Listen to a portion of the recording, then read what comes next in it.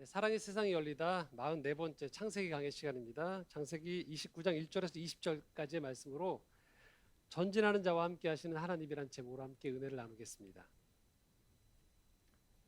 유행하는 말 중에 이런 표현 들어보셨죠? 어대 뭐다, 어일 뭐다, 뭐 이런 표현들 들어보셨죠? 어차피 뭐 대상은 누구다, 어차피 1등은 누구다, 어대 뭐, 어일 뭐 이런 식의 뭐 표현들 있습니다. 드라마를 볼 때나 또는 어떤 그 결과를 이야기할 때 그 결과에 대해서 이런 표현을 쓰는 거죠. 자, 여기서 어차피라는 표현. 이미 결정되어 있다. 이걸 신앙에 적용해 버리면요. 이렇게 되는 거예요. 어차피 하나님 뜻대로 되는 건 아닌가라고 생각하기 쉬워요. 어차피 하나님 뜻대로, 윗분 뜻대로 다 되는 거 아닌가라고 생각을 해요. 자, 이렇게 되면 우리가 성경을 읽을 필요가 없게 됩니다. 왜냐하면 그냥 하늘만 바라보면 돼요. 내가 어떤 일에 있어서 선택됐는가 그렇지 않은가만 그냥 구분을 하면 돼요. 이 일을 할 때에도 그저 이게 하나님이 기뻐하실 일인가 아닌가만 판단하면 됩니다. 과연 그럴까요? 그렇지 않습니다. 성경을 우리가 읽다 보면요, 성경 속의 인물들은요 절대 하나님의 선택을 받았다고 해도요 하늘만 바라보지 않았습니다. 그들은 부단한 노력 속에서 한 걸음 한 걸음씩요 자신의 삶에 부여된 과제들을 풀어갔어요. 이 풀어가는 여정이 꼭 성공적이지 않을 경우도 많았어요. 그리고 때로는 그 여정 가운데 자기 욕심이 들어가고 미숙함이 들어갑니다. 그럼에도 불구하고 그들은 그들에게 부여된 생애 시간 속에서 최선을 다해서 살아가고 있습니다. 성경이 초점을 맞추고 따라가고 있는 인물들은 이런 인물들이에요. 자, 우리도 마찬가지라는 겁니다. 한 번 실패하면 끝인가? 또는 내가 다 준비가 안 돼 있으면 움직이면 안 되는가? 또는 미성숙하면 어떠한 선의를 가지고서 남을 도우려고 하면 안 되는 것인가? 아닙니다. 하나님은 계속 우리에게 부단히 새로운 삶의 길을 열어주세요. 그리고 그 가운데에서 우리가 최선을 다해 살기를 원하세요. 그것을 통해서 우리에게 주어진 생의 길을 아름답게 만들어가길 원하시고요. 부여된 시간 속에서 완주하기를 원하세요. 우리라는 존재는 누구도 완벽한 존재이지 않습니다. 우리는 실수를 해요. 상처를 줍니다. 상처를 받습니다. 그렇게 하루하루의 시간이 흘러가고 있는 겁니다. 여러분께 자기 합리화를 하라는 얘기가 아닙니다. 여러분의 실체를 보시라는 거예요. 내가 누구인가? 사람이란 존재가 어떤 존재인가? 세 가지 정도를 말씀드리고 싶어요. 첫 번째는요. 하나님의 형상으로 지음받은 존재가 우리라는 거예요. 우리는 하나님의 형상이에요. 그냥 고깃덩어리가 아니에요. 그러나 죄의 영향으로 인해서 깨어진 구석이 참 많은 존재들이에요. 그렇기 때문에 우리가 우리에게 주어진 많은 이 대화 가운데서도 온전히 소통이 안 되는 경우도 많고요. 선한 의도로 뭔가를 했다고 했지만 결과적으로 그게 상대방에게 썩 좋지 않은 결과로 다가올 때도 있는 거예요. 내가 받을 때도 마찬가지고요. 세 번째는요. 그럼에도 불구하고 우리는 하나님 안에서 매일의 노력 속에서 어제보다 더 나은 모습으로 변화될 수 있는 존재라는 거예요. 그리고 하나님은 그 변화의 여정 속에서 우리가 성숙하고 성장하도록 돕고 그 길을 인도해 주신다라는 겁니다. 이게 우리라는 존재가 가지고 있어야 되는 정체성이에요. 야곱을 보면 이렇습니다. 야곱을 통해서 우리는 허물 많은 한 사람이 무수한 인생의 오점과 무수한 결점 속에서도 어떻게 한 걸음 한 걸음 전진해 나가는지를 보게 되는 거예요. 그래서 많은 분들이 성경을 읽으면서 성경에서 가장 부러워하는 인물들은 대체로 뭐 다윗 이런 인물들을 이야기하지만 심정적으로 가장 가까운 사람을 이야기할 때 야곱을 많이 언급을 해요. 꼭 야곱이 나갔다라는 표현들을 들어보셨을 겁니다. 자, 왜 그러냐면 그런 야곱의 모습 속에서 우리의 모습을 보는 거예요. 한 걸음 한 걸음 전진해 나가면서 시행착오를 겪으면서 하나님께서 선한 길로 그의 걸음을 인도하시는 것. 그러나 그 걸음이 결국 쉽지만은 인생의 여정이 있었다는 걸 우리가 보게 되어지는 것이죠. 자, 야곱은 지금 도주의 여정에 있었습니다. 이것은 분명 그의 어머니 리브가와 또 야곱 자신의 성급함, 그리고 정직하지 못해도 목적만 이루면 된다라는 그 오판이 그 안에 끼어들어서 잘못된 결과로 벌어진 참사였던 거예요. 야곱의 도주는 잘못을 부인하는 게 아닙니다. 자, 그러면 그 잘못을 했다고 야곱은 인생에서 주저앉아서 모든 걸 포기하고 그냥 회개하면서 인생을 정리해야 될까요? 그렇지 않다는 거예요. 우리 지난주에 말씀을 보면서 야곱이 이 도주의 여정 가운데에서, 피난의 여정 가운데에서, 이 광야에서 돌베개를 베고 가는 가운데에서 자는 가운데에서 하나님이 야곱에게 나타나셔서 땅의 모든 족속이 너와 내 자손으로 말미암아 복을 얻을 것이다라는 이야기를 들었던 것을 함께 나누었습니다. 그러니까 이 야곱이 복을 받기 위해서 성급히 일을 저지르고 거짓을 했던 것들에 대한 대가로 도주라는 이 인생에서 고난을 겪는 것에 대해서는 부인하지 않아요, 성경은. 그리고 하나님도 그 사실을 알고 계세요. 그러나 야곱이 하나님이 주시는 복 자체를 사모했던 것, 그리고 그것을 우선순위에 두려고 했던 그 마음의 방향에 대해서는 하나님은 인정하신다는 거예요.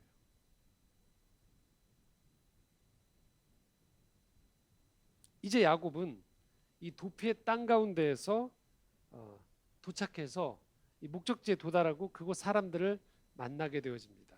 1절에서 3절입니다. 함께 읽겠습니다.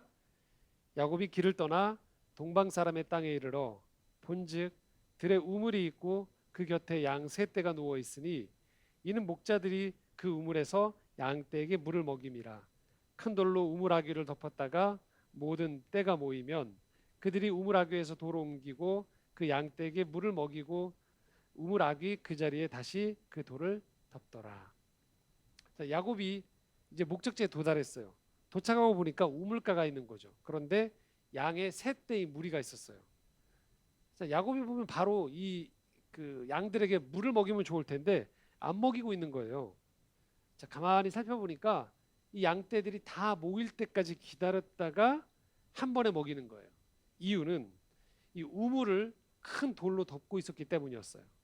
그러니까 편의상 그런 거예요. 자, 이들의 신분에 대해서 야곱이 일단 묻습니다. 4절에서 6절입니다. 함께 읽겠습니다. 야곱이 그들에게 이르되 내 형제 어디서 왔느냐? 그들이 이르되 하란에서 왔노라. 야곱이 그들에게 이르되 너희가 나홀의 손자 라반을 아느냐? 그들이 이르되 아노라. 야곱이 그들에게 이르되 그가 평안하냐? 이르되 평안하니라. 그의 딸 라헬이 지금 양을 몰고 오느니라. 당신들 어디서 왔냐라고 묻습니다. 하란에서 왔다고 그래요. 자, 이게 야곱이 가려는 곳이거든요. 그럼 라반을 아느냐? 그러니까 리브가의 오빠, 야곱의 외삼촌인 거죠. 아는지를 물자 그들이 잘 안다고 얘기해요. 그러면서 이들이 지금 중요한 한 가지 정보를 이야기하고 있습니다. 그것은 이 라반의 딸 라헬이 지금 양을 몰고 여기로 오고 있다라는 정보를 들어요. 자, 그러니까 야곱이 여기서 갑자기 아주 특이한 질문 한 가지를 합니다. 이 야곱의 속성이 나오는 질문이에요. 7절에서 8절입니다. 함께 읽겠습니다. 야곱이 이르되 해가 아직 높은즉 가축 모일 때가 아니니 양에게 물을 먹이고 가서 풀을 뜯게 하라. 그들이 이르되 우리가 그리하지 못하겠노라. 때가 다 모이고 목자들이 우물 아귀에서 돌을 옮겨야 우리가 양에게 물을 먹이느니라. 야곱이 처음 목격했던 장면을 가지고서요 질문을 제기하는 거예요. 야, 너희들 왜 양떼를 지금 이 목마를 텐데 바로 좀 먹이면 좋잖아. 그리고 나서 풀을 뜯게 하면 좋잖아.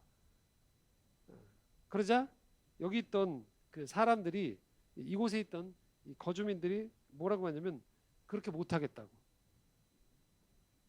이게 다 모여야 돼. 얘네들이 다 모이고 난 다음에 돌을 그 다음에 우리가 함께 옮겨야 돼. 그러고 나서 우리는 양에게 물을 먹일 거야 라고 이야기합니다. 자, 야곱이 왜 이 타이밍에서 이 질문을 했을까요? 분명히 야곱은 외지 사람이잖아요. 왜 그랬을까요? 우리가 추론해 볼 수 있는 게 있어요. 야곱의 성격을 추론해 볼 수 있는 겁니다. 야곱은 굉장히 준비성이 어떤 일을 할 때 형 에서하고 달라요. 준비성이 철저해요. 어떤 부분에서 아주 주도 면밀하거든요. 충분히 추론할 수 있는 지문이 하나 있어요. 그건 뭐냐면요. 6절에서 아까 이 얘기를 들은 거예요. 라헬이 지금 양을 몰고 오고 있는 거예요. 그러니까 친척이. 그러니까 자기가 지금 머물러야 되는 집에 딸이 지금 양떼를 몰고 오고 있어요. 자, 관습대로 내버려두면 어떻게 될까요?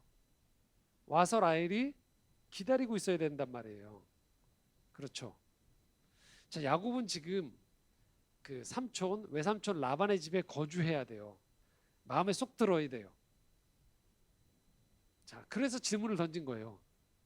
미리 좀 먹이자, 들어오는 대로. 그럼 이 여기 있던 목자들이 그럽시다 그러면 이제 옮기면 라헬이 오자마자 뭐 할 수 있어요? 먹일 수 있잖아요. 그런데 여기 있는 사람들이 뭐래요? 우린 그런 거 안 한다고. 그냥 관습대로 한다라고 얘기한 거예요. 그 대화가 오갔단 말이죠. 우리가 생각해도 충분히 그런 상황이잖아요.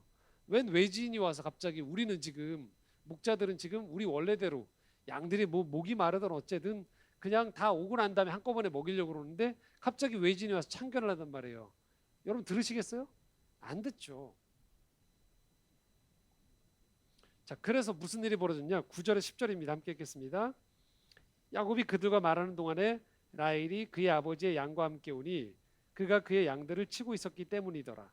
야곱이 그의 외삼촌 라반의 딸 라헬과 그의 외삼촌의 양을 보고 나아가 우물 아귀에서 돌을 옮기고 외삼촌 라반의 양떼에게 물을 먹이고. 어떤 일이 벌어졌습니까? 실제 라반의 딸 라헬이 왔어요. 양떼를 데리고. 그러니까 어떻게 했습니까? 우리는 정확히는 이 돌이 어떤 사이즈인지를 몰라요. 다만 2절에 이 돌은 큰 돌이라고 표현한 것만 알 수 있어요. 그리고 이걸 추론해 보건대 분명히 이 목자들이 같이 날랐을 가능성이 많아요. 가능성이긴 하지만 큰 돌이니까. 안 그랬으면은 다른 목자들이 와서 우리 양떼 먼저 먹이려고 매번 돌을 옮겼다 뚜껑을 닫았다 했겠죠. 근데 이게 돌이 크니까 안 옮겼을 거란 말이에요. 그런데 지금 말씀에 뭐라고 써 있습니까? 야곱이 돌을 옮기고 외삼촌 라반의 양떼에게 물을 먹였다라고 나오는 거예요. 모르겠습니다. 성경에 안 나온 거를 제가 함부로 얘기할 수 없으니까. 라반이 괴력을 발휘해서 그걸 혼자 들었는지 옆에 사람들을 설득해서였는지 모르지만 중요한 결론은 관습대로라면 지금 라반의 딸 라헬도 뭐 해야 돼요? 기다리고 있어야 돼요. 근데 뭐 하고 있습니까? 야곱이 관습의 이의를 제기하고 오자마자 뭐예요? 돌을 옮겨서 물을 먹이게 해준 거예요. 자, 라헬 입장에서 봤을 때 이 사람이 어떻게 보일까요? 그냥 외지인처럼 보일까요? 좀 다른 사람처럼 보일까요? 물론 다르게 보이겠죠. 이 사람이 누구인데 내가 오자마자 이런 호의를 베푸는가가 보이는 거죠. 자, 여기에 11절부터 14절에 이제 이 행동을 하고 난 다음에 야곱의 모습과 진행되어지는 일이 나옵니다. 함께 읽겠습니다. 그가 라헬에게 입맞추고 소리내어 울며 그에게 자기가 그의 아버지의 생질이요 리브가의 아들됨을 말하였더니 라헬이 달려가서 그 아버지에게 알림해 라반이 그의 생제 야곱의 소식을 듣고 달려와서 그를 영접하여 안고 입맞추며 자기 집으로 인도하여 드리니 야곱이 자기의 모든 일을 라반에게 말하며 라반이 이르되 너는 참으로 내 혈육이로다 하였더라. 야곱이 한 달을 그와 함께 거주하더니. 그러니까 야곱이 순서를 잘 잡은 거죠. 친척이 오자마자 라헬이 오자마자 갑자기 입 맞추고 소리내어 울면 여러분 좋겠습니까? 이상하죠. 근데 이미 뭐예요? 호의를 베푼 거예요. 그리고 난 다음에 입 맞추고 소리내어 울자 뭐 하는 거예요? 라헬 입장에서는 들을 귀가 열리는 거죠. 야곱이 얼마나 이런 부분에 있어서 다른 사람인지를 볼 수 있는 거예요. 모든 촉수가 다 발달했겠죠. 이 순간에 내가 어떻게 하면 지금 내가 이 외삼촌 집에 제대로 거주하기 위한 과정이 굉장히 머리가 빨리 돌아갔을 거예요. 그리고 내가 내 아버지의 조카다라는 얘기를 해주는 거예요. 그러니까 라헬이 달려갔다고 표현해요. 달려가서 지금 뭐 하는 거예요? 아버지에게 달려가서 이거 알려주는 거죠. 한 가지만 얘기하지 않았겠죠. 그냥 오빠의 여동생의 아들이 지금 왔어요라고만 얘기하지 않을 거예요. 뭔가 자기가 입었던 호의에 대한 것들이 같이 겹쳐지면서 소리내어 운 것까지가 다 같이 결합되어져서 라반에게 얘기했고, 라반은 뭐라 그래요? 내 혈육이구나라고 하면서 환대를 하게 돼요. 그리고 이 집에 한 달을 거주하게 됐다라고 표현하고 있습니다. 아주 짧은 순간이지만 이 야곱의 이 진가가 드러나는 거예요. 야곱의 스타일이요. 야곱은 이렇게 사는 사람이에요. 일을 할 때, 사람을 만날 때. 그런데 여기서 우리가 또 한 가지 주목할 대목이 있습니다. 13절인데 여기 보면 이런 표현이 나와요. 야곱이 자기의 모든 일을 라반에게 말하매라고 나와요. 자, 방금 전까지 야곱의 이 주도 면밀함을 우리가 봤잖아요. 그런데 지금 13절에서 이 다른 장면 하나가 나옵니다. 야곱이 자기의 모든 일을 라반에게 말했다고 얘기하는 거예요. 모든 일이라고 나오고 있어요. 여러분 추론해 볼 수 있겠죠. 어떤 얘기를 들려줬을까요? 그러니까 라반 입장에서는 왜 너 여기 왔니? 라고 궁금해하겠잖아요. 혈혈단신으로. 야곱은 이런 얘기를 하겠죠. 하나님이 태중에서부터 어머니의 뱃속에서부터 차남인 나에게 복을 주시겠다고 선택하셨습니다. 그리고 그 성장 과정 이후에 팥죽 한 그릇에 우리 형 에서가 나한테 그 장자 명분을 팔았어요. 그리고 이후에 장자의 그 축복 기도를 내가 받아내기 위해서 기도했습니다. 근데 그게 형의 분노를 샀어요. 이 얘기를 했을지 안 했을지 모르죠. 속였는지를. 근데 분명한 건 라반 입장에서 봤을 때 야곱이 여기에 도주한 것까지 설명하려면 뭔가 야곱과 형의 불화에 대한 설명이 있어줘야 된다는 거예요. 그래야 장기 거주할 수 있잖아요. 그래서 형 에서의 분노를 사서 도피하면서 어머니가 이곳으로 가라고 했던 이야기, 그리고 여기서 짝을 구하라는 얘기까지 들었겠죠. 이게 야곱의 그 사는 방식이에요. 야곱은 한 번에 모든 상황에 모든 것을 거는 사람이에요. 축복을 받아내기 위해서는요, 그 목적이 딱 쓰면 뭐 하는 거예요? 최선을 다하는 거예요. 심지어 수단 방법을 안 거리거든요. 그러니까 그 야곱의 이 평소의 습성으로 보건대 도망 와서 외삼촌 집에 거주하기 위해서 그는 최선을 다하고 있는 거예요. 그렇기 때문에 같은 연장선상에서 지금 야곱은 외삼촌 라반에게 자신의 모든 상황을 얘기했던 거죠. 이게 야곱이에요. 그런데 자, 여기에 반전이 있죠. 어떤 거예요? 야곱의 모든 얘기를 듣고 있는 라반이 어떤 사람일까요? 야곱의 기대와 어긋나는 사람이에요. 영적인 사람이 아니에요, 이 사람. 믿을 만한 사람이 아니에요. 세속적이에요. 계산적이에요. 이후에 펼쳐진 얘기를 보면 이제 이게 증명이 돼요. 자, 그런데 이 질문을 던져볼 수 있겠죠. 여러분, 야곱 편에서 이걸 알 수 있었을까요, 없었을까요? 어떻게 알 수 있을까요? 모르죠. 이 광야길을 지금 460km를 건너와서 지금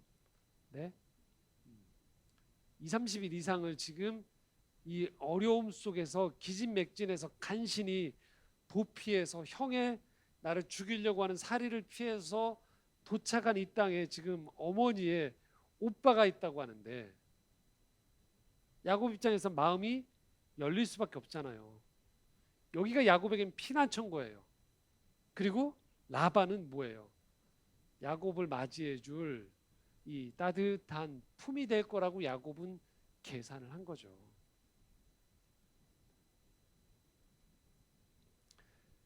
그냥 야곱은 최선을 다한 거예요. 근데 지금 자기 앞에 있는 사람, 모든 것을 다 털어놓은 사람이 얼마나 속물인지, 얼마나 계산적인 사람인지 야곱의 인생을 꼬이게 할 사람인지를 몰랐던 거예요.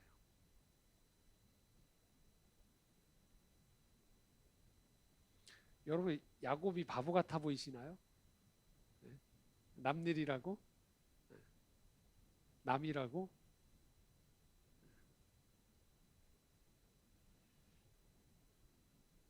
그래서 많은 사람들이 야곱을 사랑하는 거예요. 밉지만, 얄밉지만. 반면에 라반은 어땠을까? 야곱의 처지와 형편을 꿰뚫어 보고 있었어요. 지금 야곱을 집안에 들일 수도 있고 들이지 않을 수도 있는 거예요. 형편없이 대우해도 되는 거예요. 모든 주도권을 라반이 쥐고 있어요. 인생을 살다 보면 이런 일들이 벌어진단 말이에요. 내가 가진 정보가 턱없이 부족하고요. 상대방은 너무 많이 가지고 있어요. 결정권을. 그런 때가 있어요. 인생에서. 그러면서 그는 호의로 보이는 발언을 야곱에게 건넵니다. 15절에 19절입니다. 함께 읽겠습니다. 라반이 야곱에게 이르되 내가 비록 내 생질이나 어찌 그저 내 일을 하겠느냐. 내 품삯을 어떻게 할지 내게 말하라. 라반에게 두 딸이 있으니 언니의 이름은 레아요 아우의 이름은 라헬이라. 레아는 시력이 약하고 라헬은 곱고 아리따우니 야곱이 라헬을 너 사랑함으로 대답하되 내가 외삼촌의 작은 딸 라헬을 위하여 외삼촌에게 7년을 섬기리이다. 라반이 이르되 그를 내게 주는 것이 타인에게 주는 것보다 나으니 나와 함께 있으라. 자, 지금 그 15절에 보면 라반이 선의를 베푸는 장면이 나와요. 야, 어찌 너를 내가 우리 친척이지만 우리 집에서 그냥 있게 하겠느냐. 뻔히 예상되는 건 야곱이 그냥 이 집에서 새끼 식사 때만 되면 나올 리가 없죠. 당연히 뭐 양떼를 돌본다든지 집안일을 도왔겠죠. 그걸 한 달 지나고 났는데 라반이 지금 제안을 하는 거예요. 대가를 주겠다고. 이게 호의입니까 아닙니까? 호의죠. 근데 호의로 보이는 라반의 계산이 이 안에 깔려 있는 거예요. 품삯을 주겠다고요. 근데 라반은 이미 알고 있는 거예요. 야곱이 여기 왜 왔는지. 야곱에게 가장 필요한 게 뭔지. 결혼이거든요. 그러자 이 야곱은요.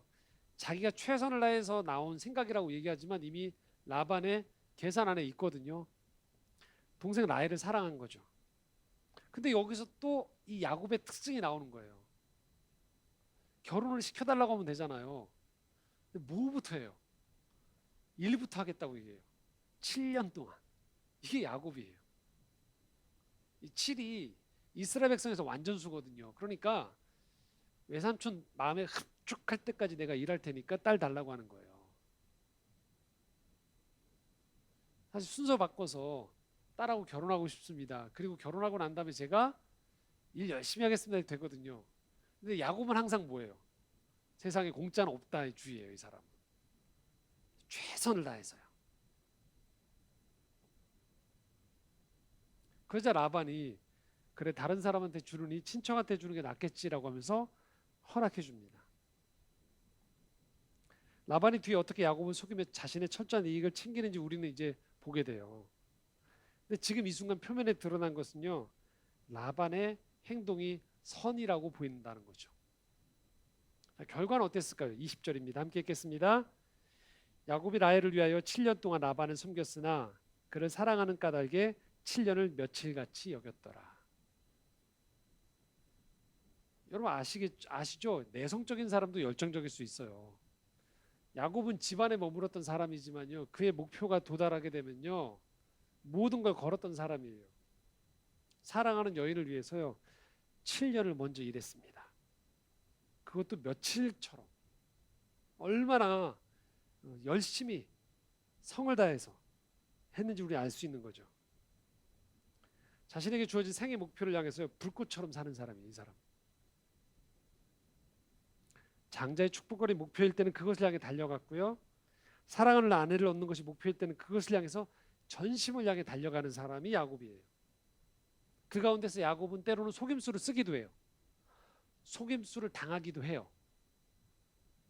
그 가운데 누군가에게는 죽도록 미움을 받기도 하고요. 또 누군가한테는요, 그 사람이 누군지를 모르고 순박하게 모든 걸 믿고서 다 털어놓아서요, 훗날 이용당하기도 하는 거예요. 그게 야곱이에요. 그런데 우리는 이 야곱의 모습 속에서 우리의 모습을 본다는 거죠. 미련하게 사람 믿었다가 배신당하거나 이용당하기도 합니다. 좀 더 지긋이 때를 기다리면 좋으련만 성급히 나서서 말을 하고 일을 했다가 그 일이 엉켜버리는, 헝클어져 버리는 일들을 경험합니다. 그럼에도 불구하고 늘 이대로 현실로는 안 된다는 그 자각 속에서 내면의 어떤 불편함들, 현실에 조금 더 나은 것들을 바꿔 나갔으면 하는 것들, 그런 부르심, 그런 미래에 대한 희망 속에서 두렵지만 그래도 낯선 일에 나서는 것, 그것이 우리 모습이라는 거예요. 그러다 보니까요, 우리가 이렇습니다. 어떤 때는요, 나를 보면 굉장히 잘 사는 것 같은 거예요. 나만 한 사람이 없어라고. 다른 사람한테 얘기는 안 하더라도. 근데 어느 순간에 나를 보면 참 한심스러운 거예요. 또 당했냐? 아니면 그걸 못 참았냐? 끝까지 좀 해내지. 조금 더 지혜로워야지. 조금 더 주변의 여러 정황들을 알아봤으면 좋았을 것을. 야곱도 그랬고 우리도 그렇게 살아간다는 거예요. 그런데 여러분, 성경이 지금요, 이 렌즈를 별 문제 없이 그냥 집안에서 그냥 평온하게 살아가고 있는 에서에게 초점을 맞추지 않고 야곱에게 초점을 맞추고 있다는 걸 우리가 주목하셔야 돼요. 형 에서는 인간적으로는 대단히 활동적이고 외향적이고 화통한 사람처럼 보였어요. 하지만 에서는요, 눈앞에 있는 소소한 것에만 관심을 두고 살았던 사람이에요. 장자의 명분은 소홀히 여겨서요, 뭐 그깟 장자의 명분 눈에 보이지도 않는데 언제 올지도 모르는데 팥죽 한 그릇에 더 관심을 가졌던 사람이에요. 야곱은요,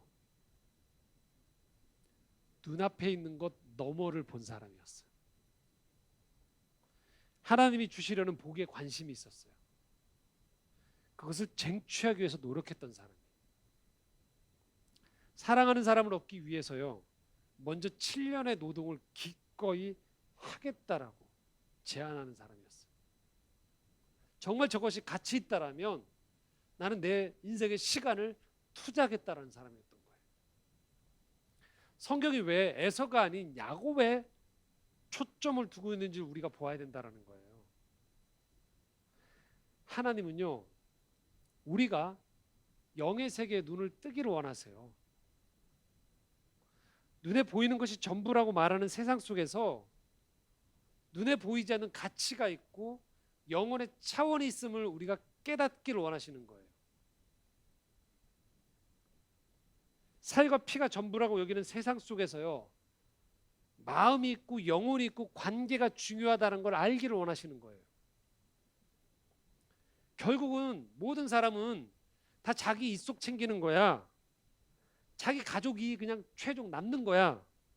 그냥 지금 당장 결과를 쟁취하는 게 최고야라고 이야기하는 세상 속에서 공동체를 얘기하고요, 하나님 나라를 이야기하고 약자에 대한 긍휼함, 애통함, 마음 쓰을 거기에 가치를 두고 염두에 두고 때로는 그것들이 이루어지지 않았을 때 불편함을 느끼는 사람이 되기를 원하신다는 거예요. 그래서 나의 최선도 중요하지만 기도를 하라고 얘기하고요. 더 많은 숫자로 이루어진 것들 이전에 말씀 앞에서 내 머리를 조아리기를, 내 머리를 숙이고 말씀 앞에 영혼의 창이 열리기를 원하시는 거예요. 우리가 살아가는 시대가 점점 불확실해지고 있어요. 그러다 보니까 사람들이요, 확실한 것들 위주로 자꾸 잡으려고 해요. 장기적인 헌신이나 비전, 인내 같은 가치들이 점점 찾아보기 어려운 시대를 우리가 가고 있어요. 대신에 소확행이라고 하죠. 작지만 확실한 행복을 찾아요. 당장 즉각적인 보상, 만족의 가치를 부여하는 거죠. 물론 소확행의 장점이 있습니다.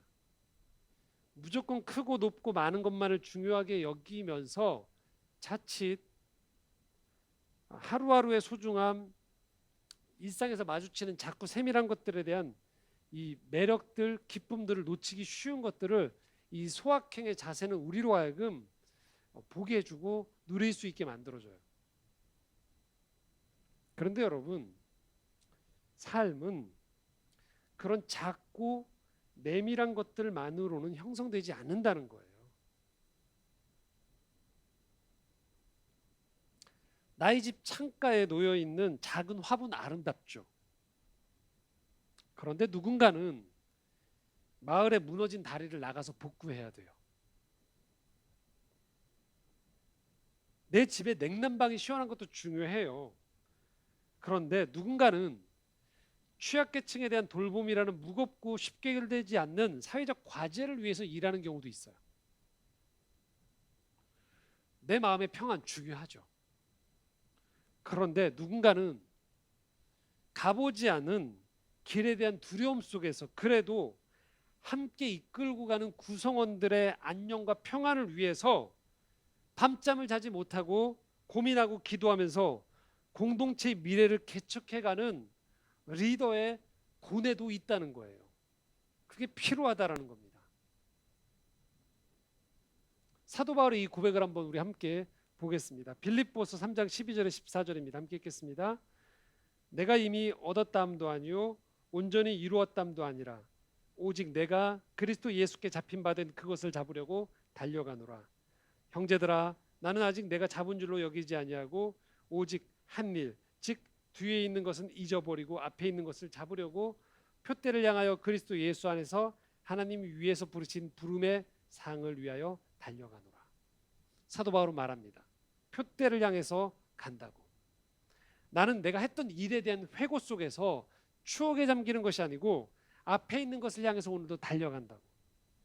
여러분 사도 바울이요 목표 지상주의자가 아니에요. 성공주의자가 아닙니다. 그래서 이 고백을 하는 게 아닙니다. 사도 바울은요 자신의 생에 주어진 시간이 제한됐다는 걸 알고 있어요.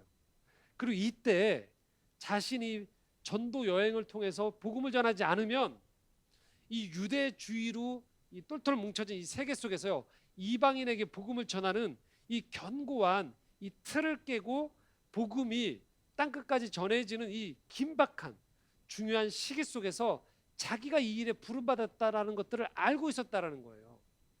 자기가 하지 않으면 안 된다는 걸 알고 있었던 거예요. 사도 바울이 자기를 환대해주는 공동체 안에서 소소한 식사를 먹으면서 서로 칭찬해주고 덕담 나누고 육신의 안락함을 위해서 살아가는 것이 좋다라는 것을 모르는 게 아닌 거예요. 사도 바울 또한 성경 곳곳에 자신의 연약함과 인간적인 모습이 많이 드러나요. 몸이 연약했거든요. 학자들이 이야기하기를 안질릴 가능성이 많다고 얘기하는데 여하튼 밝혀지지 않았으니까요. 육체의 가시를 제거해달라고 하나님께 계속 간절히 기도했어요. 그런데 없어지지 않았어요. 동역자 마가하고요 전도여행 나가자마자요 마가의 이 친척했던 마가 문제 때문에 바나바하고 다퉈요 심하게. 그리고 각자 전도여행을 가요. 그리고 그 스스로가 끊임없이 자신의 연약함과 싸웠던 사람이에요. 그리고 디모데후서에 보면요 사도 바울의 마지막 서신이라고 전해지는 디모데후서에 보면 자기를 배신하고 떠났던 사람 다 기억하고 있어요. 편지에 기록을 남겨놓고 있어요. 상처가 깊었던 거죠 살아가면서. 그런데도 바울은 자신이 가야 되는 걸음을 결코 멈추지 않았던 거예요. 하나님이 연약함 속에서도 실패 속에서도 상처 속에서도 걸어가고 있는 자신의 걸음과 함께 하심을 바울은 알고 있었던 거예요. 그리고 그 길 끝에서 어떤 상급이 자신의 인생에 주어지고 있을 거라는 걸 그는 바라보고 있었던 것이죠. 살아가면서요, 모든 것이 다 준비되고 모든 사람이 다 환영하고 모든 결과가 확실히 보장된 길만이 하나님이 인도하시는 길이라는 것은요, 환상입니다. 자신의 모자란 모습에도 자꾸 자신의 모자란 모습 때문에 움츠러들고, 주변을 보면서 이미 이룬 것 같은 사람들을 보면서 내 길이 초라하고 내 길이 무가치해 보이고 이 길 가는 게 무슨 의미가 있는가라고 생각하면서 멈추려는 유혹을 넘어가야 된다라는 거예요. 우리 한 사람 한 사람의 삶은요, 작아요. 그런데 결코 작지 않습니다. 여러분 어떠십니까? 여러분의 일상. 지난 한 주간에도 자녀분들하고 아웅다웅하지 않으셨어요? 직장에서 직장 동료들과 오가는 한두 마디 말 때문에 저 말이 저 말이었어 하면서 계속 상대방을 잊어버렸는데 계속 그거 고민하시면서 살지 않으셨습니까? 뭔가 내 주변 사람들은 기도하면 다 응답받는 것 같은데 나는 응답은커녕 이 길이 맞는지에 대해서 계속 고민하고 있지는 않습니까? 야곱도 그랬을 거라는 거예요. 그리고 믿음으로 살아가는 우리들의 삶의 모습들을 보면 옆을 돌아보시면요, 사실 다 드러내지 않아서 그렇지 그런 일상 속에서 우리가 만들어가고 있는 겁니다. 그리고 하나님은 부족하지만 자신에게 주어진 삶을 전력을 다해서 걸어갔던 야곱 같은 사람과 함께 하시는 거예요. 그리고 오늘 작고 아무도 모르는 것 같은 내 삶에도 하나님이 함께 하신다라는 겁니다. 말씀을 정리하면서 시 한 편을 함께 여러분과 나누고 싶은데요. 이 박노해라는 시인이 쓴 시를 여러분과 좀 나누고 싶습니다. 작게 살지 말라라는 그 시예요. 제가 읽겠습니다. 내 힘으로 공들여서 쟁취하지 못한 것은 나의 것이 아니다. 받을 권리가 있다고 여기고 받는데 익숙해지면 늘 받기만 하는 존재로 퇴화해 갈 것이다. 쟁취하라. 오직 자신의 힘과 분투로. 그리하면 두 가지를 얻게 될 것이다. 쟁취한 그것과 언제든 새로운 것을 쟁취할 힘과 가능성의 존재인 자기 자신을. 작게 살지 마라. 작아도 작게 살지 마라.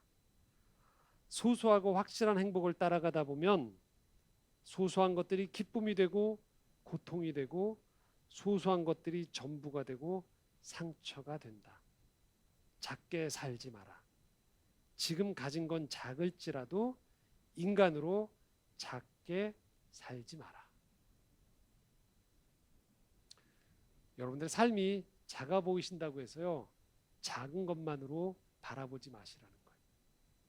여러분을 부르시는 크신 하나님을 보십시오.